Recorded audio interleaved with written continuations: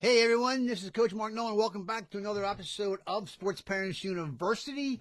And first of all, happy holidays to everyone out there, and I wish you a great new year. Today we're going to talk about something I call the aha moment, when local praise meets national reality. But let me start with something every parent needs to hear. Every family in recruiting eventually has what I call an aha moment. Not an emotional wow moment, a reality moment. Because AHA to me stands for aligned, honest assessment. And here's the truth. Most parents don't get that assessment until a national camp, an ID event, or a major evaluation setting when it's too late to adjust expectations. Today I want to help you understand why that happens and to avoid being blindsided and why honesty, not hype, protects athletes. And in the first segment, I'm going to talk about, the big fish in a small pond trap. This happens in every sport. I don't care who you are. Your son or daughter dominates locally. He or she plays on an elite team. It gets praised by private coaches, who of course want to keep making their money, or the high school coaches. The high school coaches hear things like, he's the best or she's the best I've ever coached. Natural, 5-star, can't miss. And slowly, something dangerous happens. Training becomes optional. Drill work gets dismissed. Preparation is replaced by belief. Here's the line parents need to hear.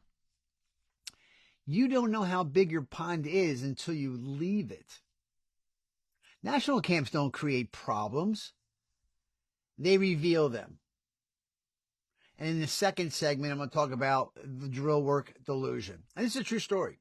It happened just last week. I was finishing a private lesson when another kicker arrived who was heading to the same national camp I had just gone training another kid, and who I know the guy very well who runs the camp. I happened to meet the dad before the kid even kicked, and I said, comment to him, hey, you know what, if I was you, I'd spend more time on drill work before the camp since I talked to the camp director and what he was looking for. His response, he doesn't need more drills. He's a 5-star. He's ranked 4th in his class, a natural kicker, great soccer player. Okay. Fast forward 1 week, just the other day, 3 of the kickers I trained at the same camp told me the truth. This kid didn't perform well at all. And that's the aha moment. Not because the kid failed, but because belief replaced preparation. Look, here's the reality. Stars don't eliminate the need for fundamentals. Never has, and it never will. But in this segment, I'm going to talk about why my athletes don't get blindsided. And this is important. For over 20 years, every specialist I send to a major camp gets something no one else does as a private coach that I know of. I spend about 45 minutes to an hour writing a full, honest assessment evaluation on every kicker and punter that goes to that camp. I send it to the rankings directors and the evaluators who are running the camp. And before I send it, I send a copy to the parents of each individual kicker and punter. And why? Because these coaches trust me. They have for over 20 years. They value context. And sometimes they incorporate my overall assessment into theirs. And I want parents to know the issues before emotions get involved, because they do happen all the time. I'll say this clearly. I don't send kids into a national camp blind. And I don't let parents live in fantasy. If my evaluation doesn't match the camp's, that's on me, and I'll own it. I'd rather send an uncomfortable email than watch an uncomfortable camp weekend and then hear from the parents about how little Johnny or Janie didn't do. So look, this is what I want to talk about the next segment, rankings, egos, and what we call false elevation rankings and snapshots, which are not guarantees. Natural talent without structure gets exposed here. And this is where parents make a huge mistake. They confuse local dominance with national readiness. See, the camp didn't change the athlete. The camp changed the story. That's not failure. That's just honest feedback. And here's what I call the sideline lesson, which I came and wrote about in my book years ago, called The Journey. Parents need to understand something. You know, you never know who you're talking to on the sidelines.